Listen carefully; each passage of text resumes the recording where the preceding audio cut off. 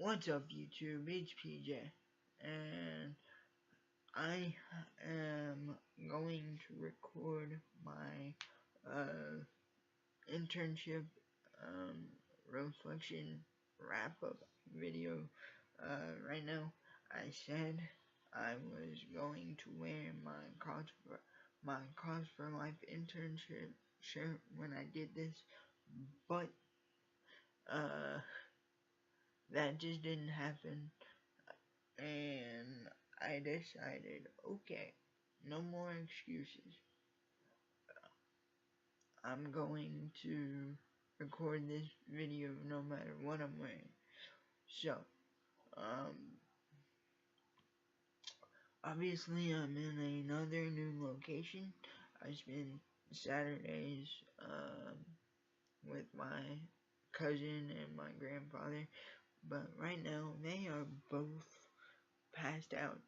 So, I'm going to get some work in.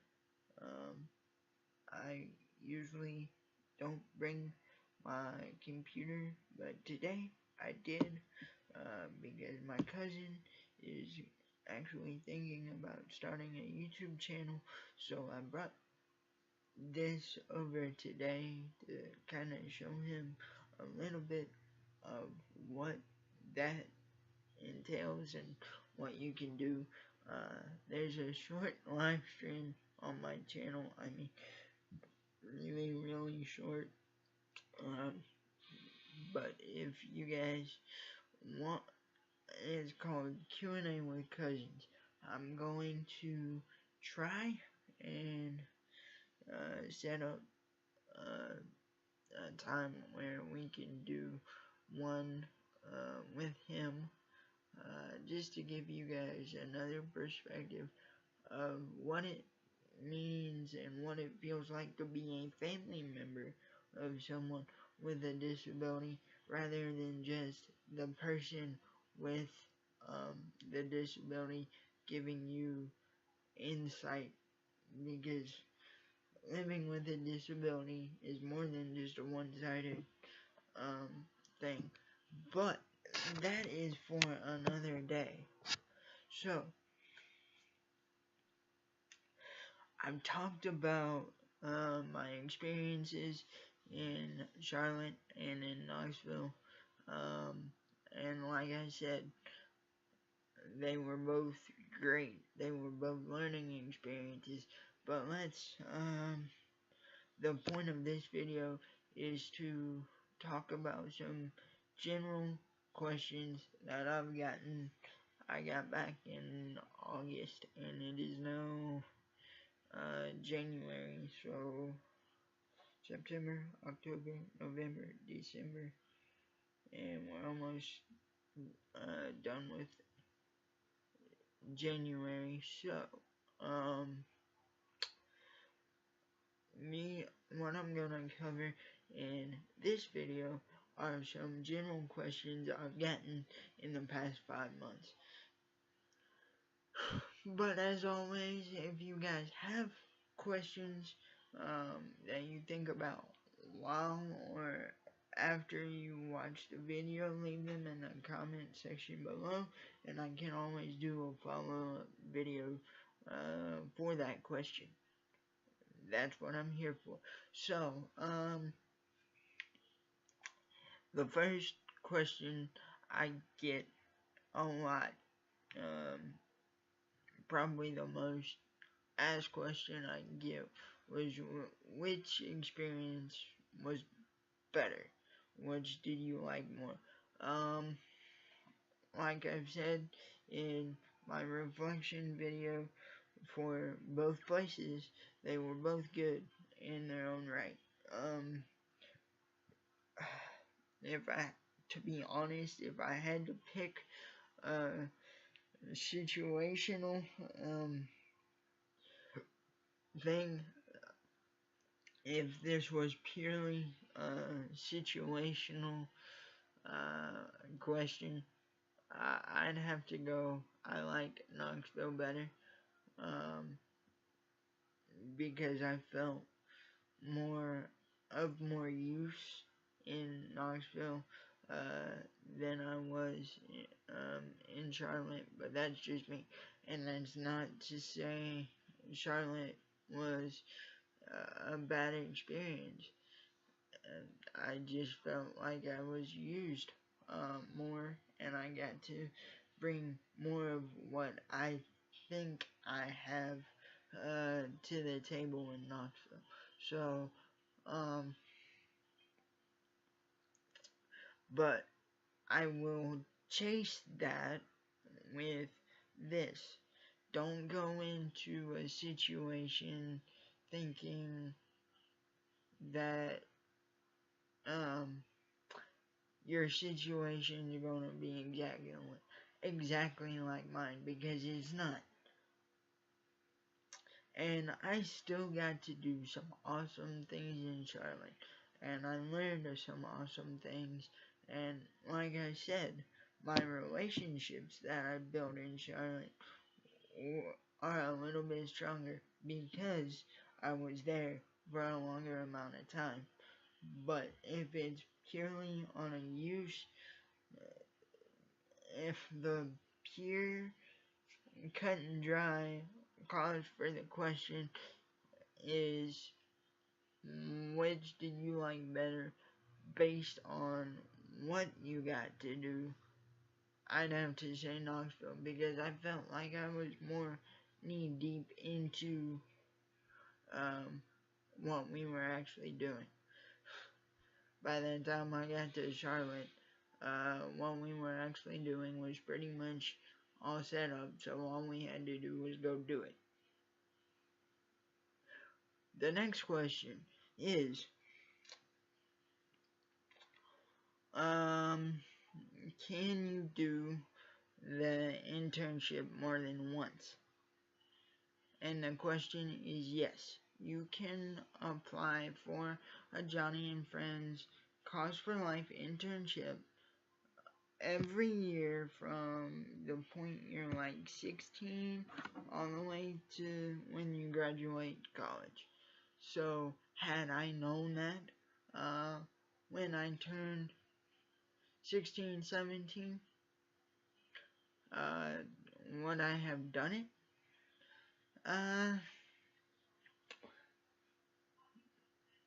That's a good question. And the honest answer is I don't know. The follow-up question to that I get is, knowing that, would you do that again? Would you do it again? Yes, I would. Am I going to do it again? That's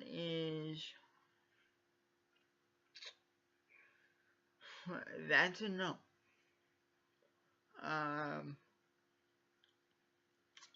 I put in, or I would ask them if they wanted me to apply again, and last week I got the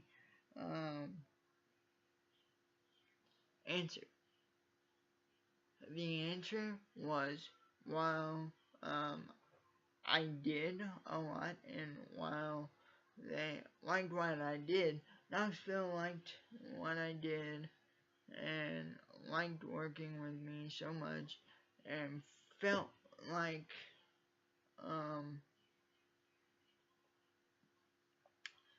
they could help bring some of that stuff out in me that they requested, or not. I don't know if requested is the right word because I wasn't there, but they talked to California about me not applying again so that they could use me and help refine both the skills I learned last summer and the skills I had going in.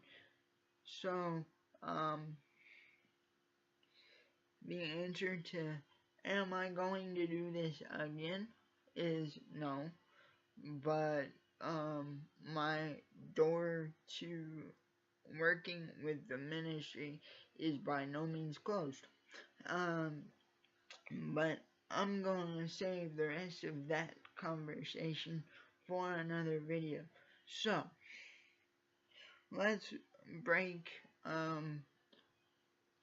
Another question I get a lot is, how long is the process?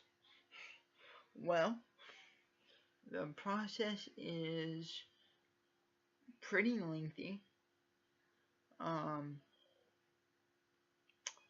because one, you have to apply. So there's two different routes you can go for the Cause for Life internship. Actually, there's more than two, but the two main ones are, you can go international and work in a country like China, or you can work stateside. And then they have several other little or smaller programs that you can work, or you can work or you can just work straight in a field office like I did. So I'm not going to talk a bunch about those smaller programs, because that's not what I did. I have no idea what those entail. But so yeah, you can. So those are the two main tracks you can go. So you apply for those just like a normal application process, and what you need for that is you need a resume. So if you're interested in doing that, make sure you have one of those. I believe I needed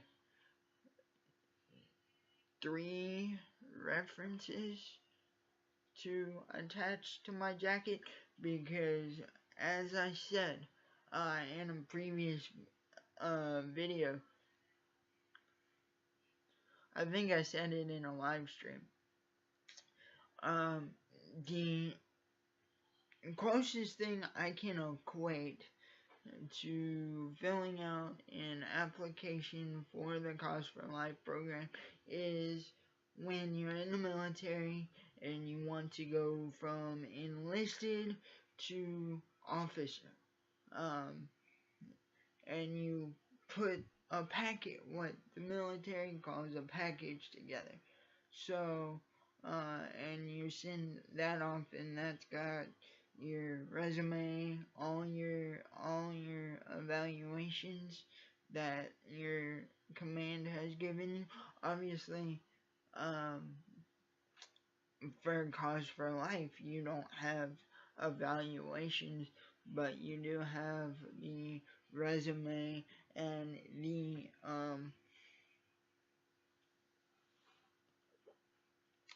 references, and you send those off with your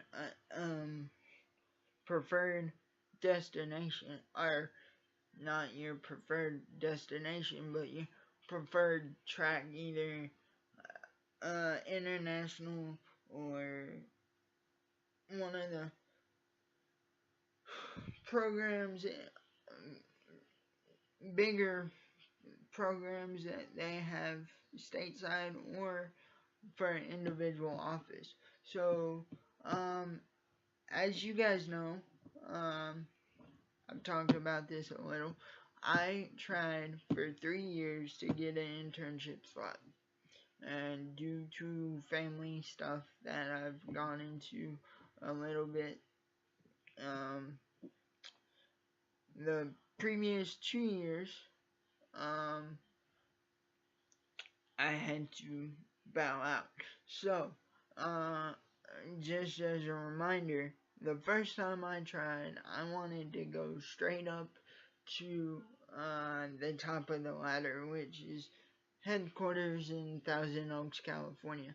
And you work at headquarters for Johnny and Friends.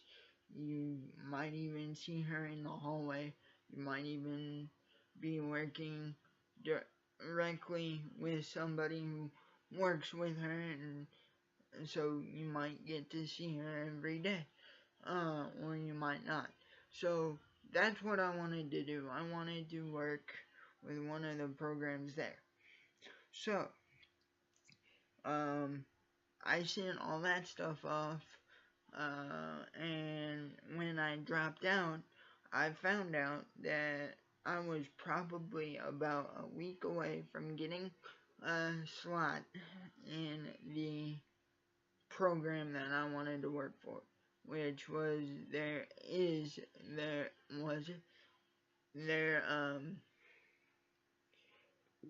Wheels for the World program, which is basically they take used equipment, refurbish it, and then send it to a third world country and give it to somebody there.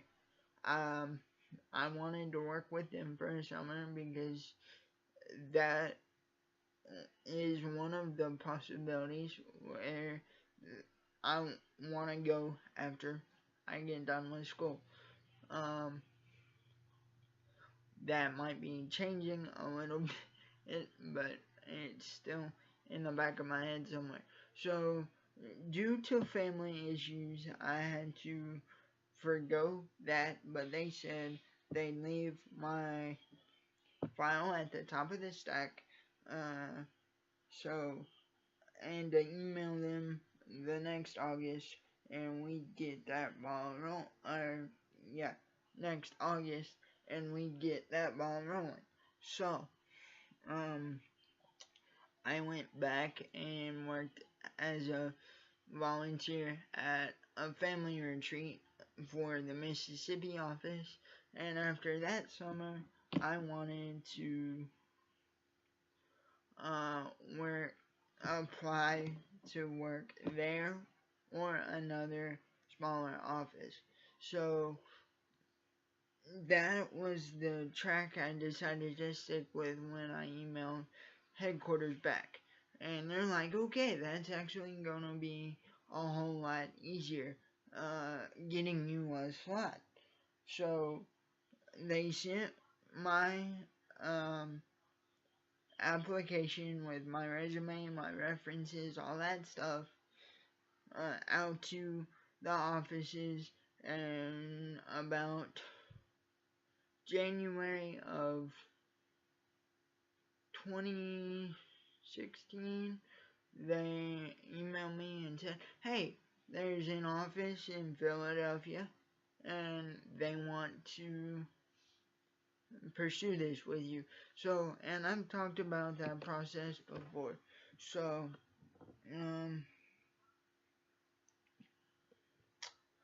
I'm not gonna go into that. So, fast forward to about this time last year, and I get an email from the Knoxville office,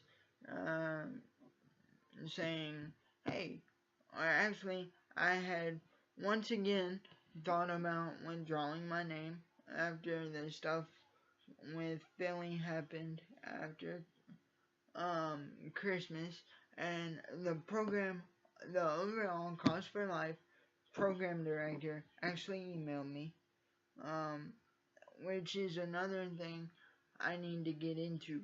You're not doing this on your own.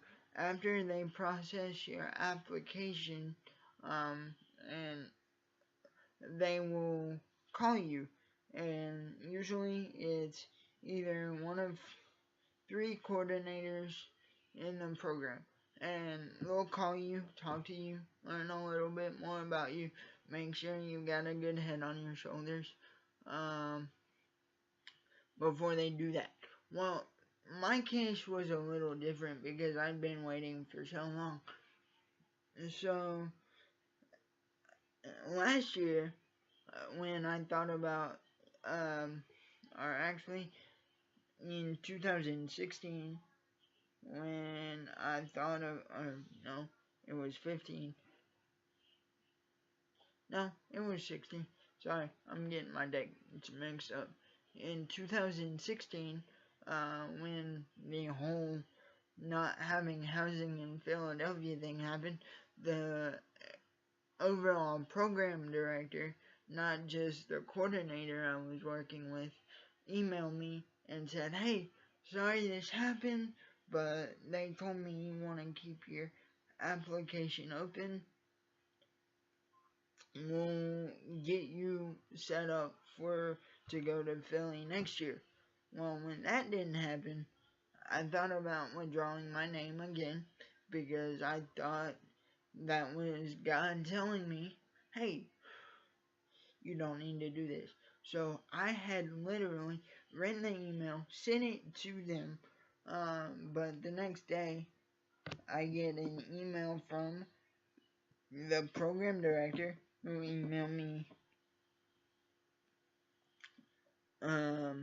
6 months before, or yeah, 6 months before to apologize that that housing thing had happened. He's like, "Hey,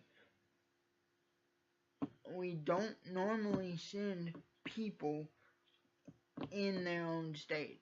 Like, I'm in Tennessee, obviously, so they don't actually want to send you to your own state. They want to send you somewhere else." But he's like, "Hey, the Knoxville office is looking at your file as I am writing this. So if you can hold out another couple weeks, we might have a slot that's an even better fit for you. But if you want to go ahead and withdraw your name, I completely understand and we will not hold it against you." Well, long story short, I decided to hold out. And I'm really glad I did. Because if I didn't, I probably wouldn't even be doing this right now. So, in January of last year, I get an email from the Knoxville office, or somebody who worked in the Knoxville office, who I am really close to now. And she's like, "Hey, my name's Jen McNally. I'm the church relations manager for the Knoxville office. I read your file. Our director read your file, but he's actually out of the country right now.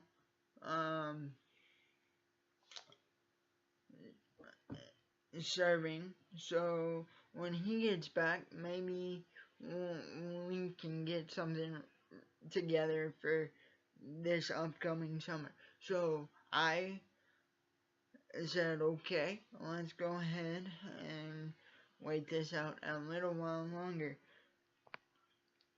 So a couple weeks goes by. I don't hear a thing. So I'm starting to go, "Okay, God, what's the plan here?" And then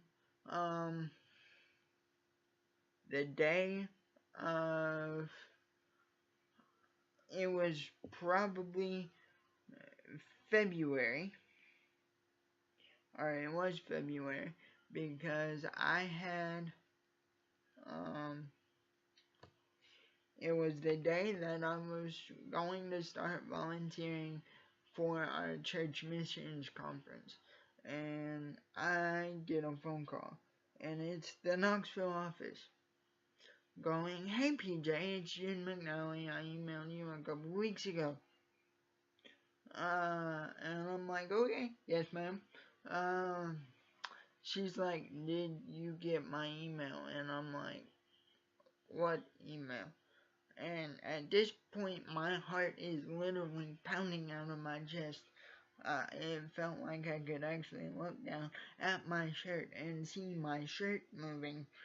And she's like, "I thought I sent you an email to let you know that our director has okayed your application." And I'm sitting there going, "Okay, so now what?" She's like, "Well, I see you've already got most of your paperwork done because in order to proceed the first year I thought I was going, I had to go through a medical assessment and get my doctor's green light, which was still good because all the paperwork pretty much is holds for a year. I had to do a background check for the ministry, um, which was still good.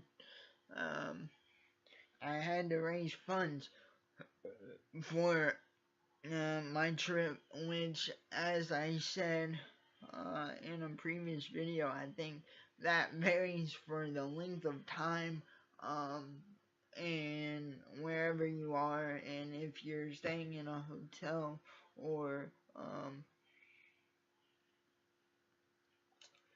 staying with the host family, because the ministry has to pay the host family for either groceries or gas or the extra utility costs um, that they'll they'll rack up while you're staying with them. So I already had that set up because they had let my funds roll over from the previous year when I thought I was going to Philly, and I just kept raising money. So that budget was pretty big because Philly's a big city. Um, so back to that story. She's like, we still need you to. Oh, and one other piece of paperwork you have to fill out. Is while you're representing them, um, because while you're an intern, you're basically an employee of the ministry. So anything you do that may look bad reflects not only on you, but reflects on them. So you have to, if you're under 21, I believe this only applies to under 21, but it may apply to everybody. You have to, like I said, I filled out this paperwork when I was under 21, so it may only apply there. I don't know. So you have to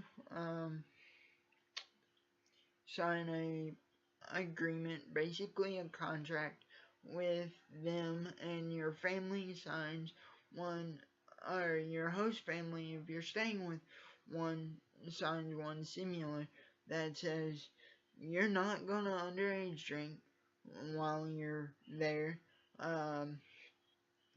You're not going to take any drugs that aren't prescribed to you, and all females have to be out of that aren't household members have to be out of your host family's house by a certain time every night.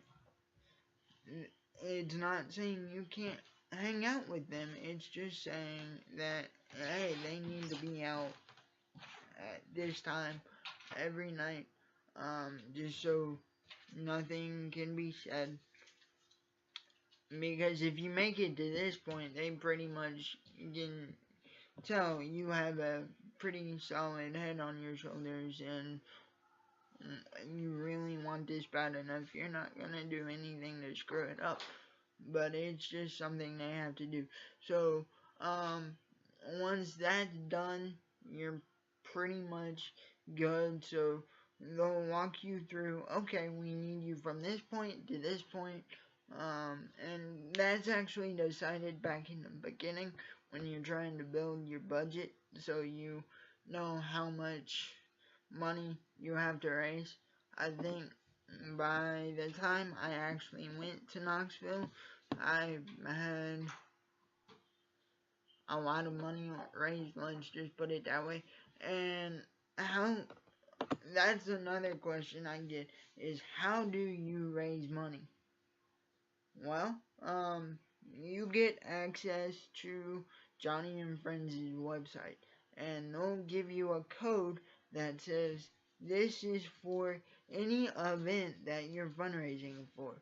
So if it's family retreat, if it's if it's a Cause for Life trip, um, you can do that, and you can hand it out to people and say, okay, if you want to donate to my trip, they're tax deductible. This is the code. Put in as much as you want on the website. If you're paying by debit card or if you're paying by check, here's the address. Here's what you need to do. Put in a memo line. So then that's good to go. And when you hit your goal, they'll let you know. But the fundraising doesn't have to stop. You can raise over your goal just as long as you meet that goal that you and the area director have set. So, and then once you find out when you're going, they'll tell you, okay, this is when our family retreats are. You're going to serve as an STM at family retreat if you're there during the summer. So, then they'll tell you, okay, you will have to go fill out a separate application for that. And that's health insurance information, and if you're over 18, that's not needed.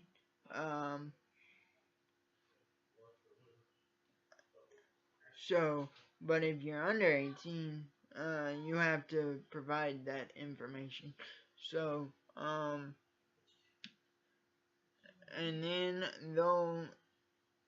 you'll go through that, give your skill based, give any experience you may have with disabilities, if you have a disability, your allergies, your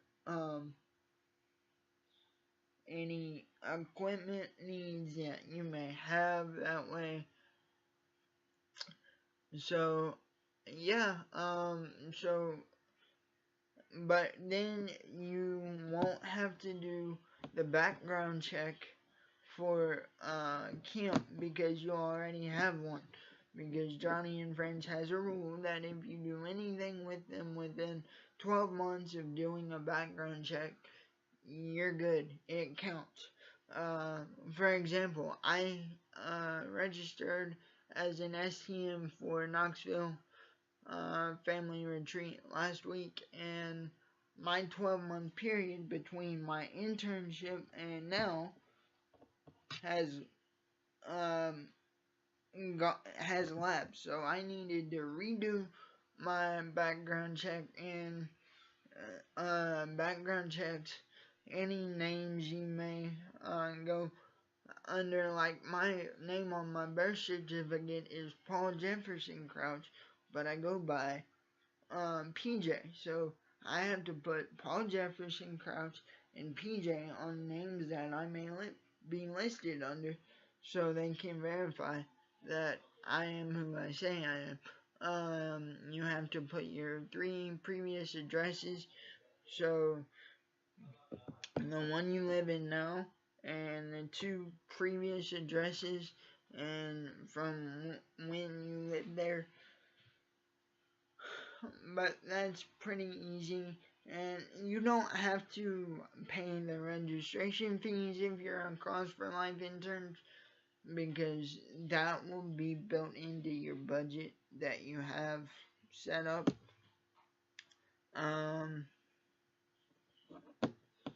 So, and then it's just you wait. They'll send you a packing list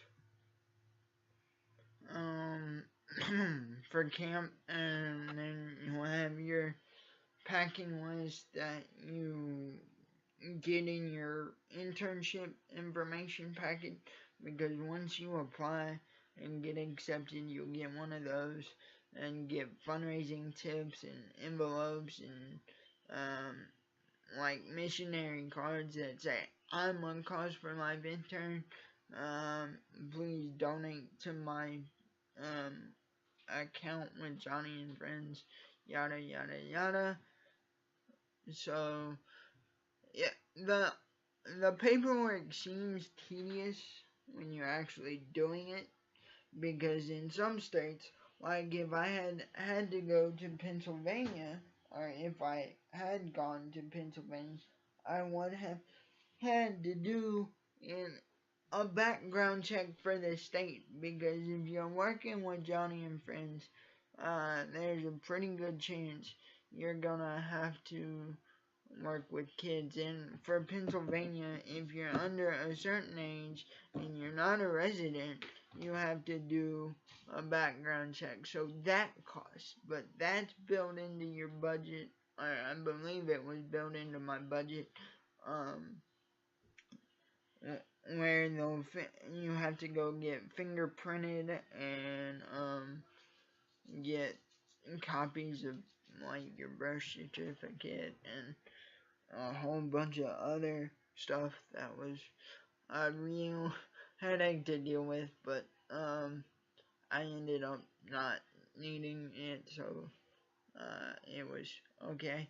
And then so each state is different, and Johnny and Friends has to abide by those laws as well as their own guidelines, so be aware of that. So let's get back to some questions that I get now that I've spent like 20 minutes explaining paperwork. And another thing I want to mention, if you have any questions at all during this process, the coordinators of the Cause for Life program are email or phone call away. Now, depending on where you are, they may be several hours behind you because they're in California. So, like, for me, they're 4 hours behind. So, I'd email them at lunch, and they'd just be getting in the office. So, I may not get a response till 12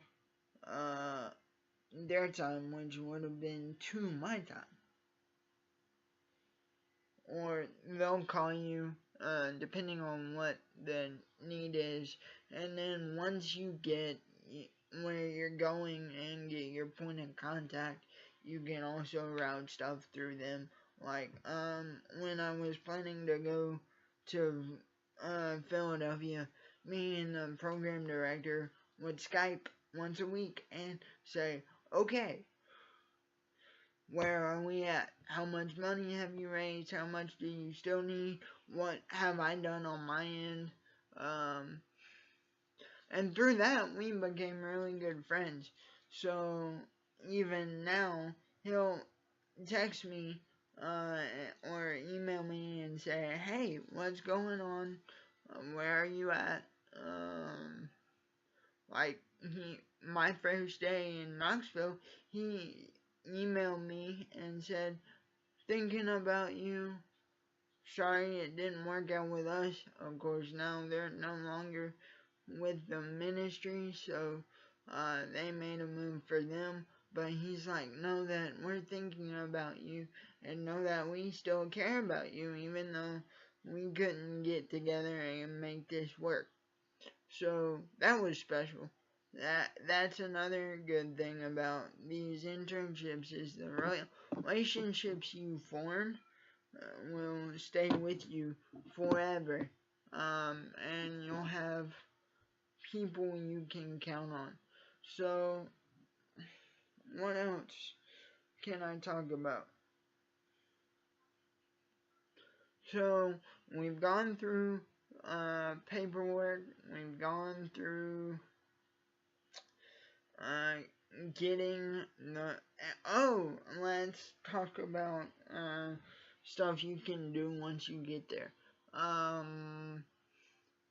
You could either do a bunch of intern grunt work, or they could put you, depending on what your skill set is, with something really important. Like when I was in Knoxville, they knew that I have intern experience already going in. So there, I of course took this thing, my laptop, with me so I could stay in contact with friends and family and keep them updated and keep donors updated.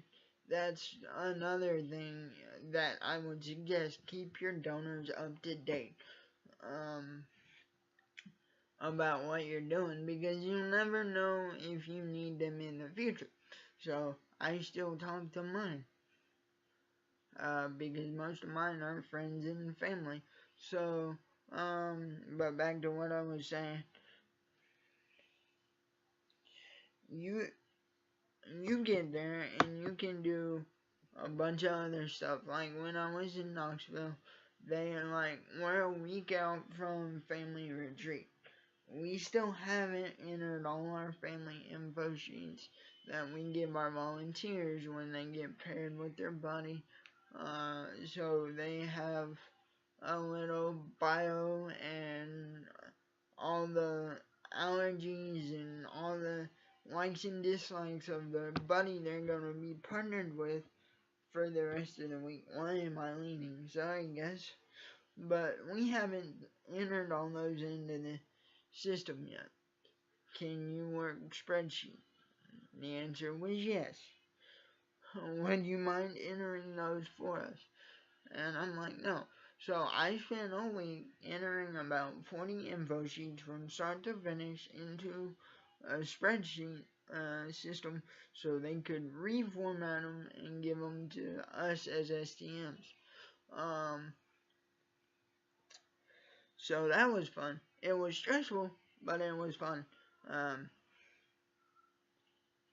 I ended up also doing a couple trainings.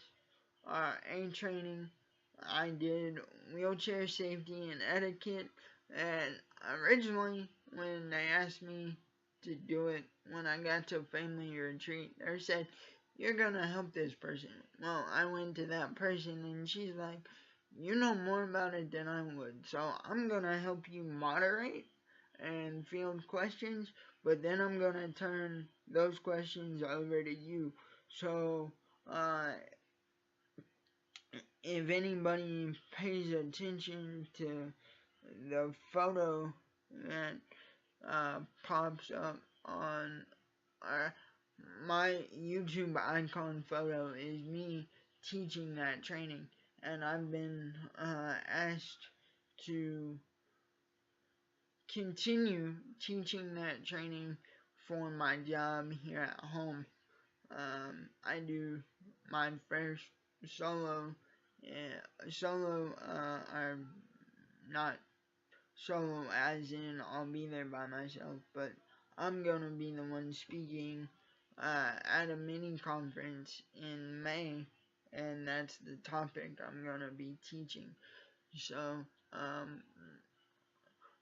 back to the skills you learn and the skills you sharpen while you're working with JAF. That is one of the skills I can now add to my resume, as I've done trainings before. And I also did those trainings for Charlotte at family retreat while I was there. We actually broke safety and etiquette into two individual trainings, and I did both of those. So, but in Charlotte, I did more of the typical intern weren't getting stuff off the copier, answering phones, which, as I said, I wasn't expecting, so I was a little bit frustrated. But there again, it's a skill I was able to refine, and a skill that I was able to gain, and a skill that I won't learn, or continue to use, I'm sure. So, the best piece of advice I could give is be open minded. Be open minded to what God gives you and what God allows you to do. And don't close yourself off to the ideas that are thrown at you.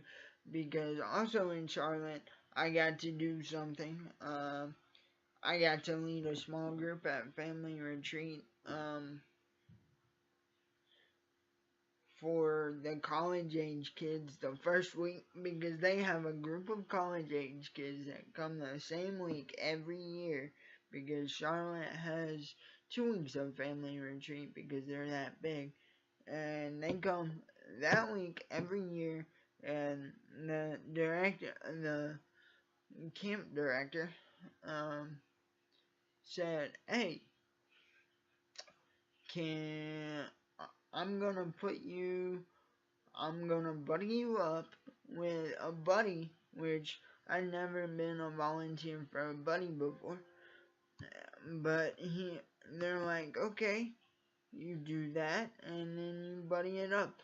So, as I said, be open and be ready, because you never know what God's gonna do. But unfortunately, guys, that's gonna have to wrap it up, because I have to go do something else. So I am going to get this wrapped up, and I will see you guys later. And as always, if you got a question or comment, leave it in the comments below, and I'll get back to you guys. See you later.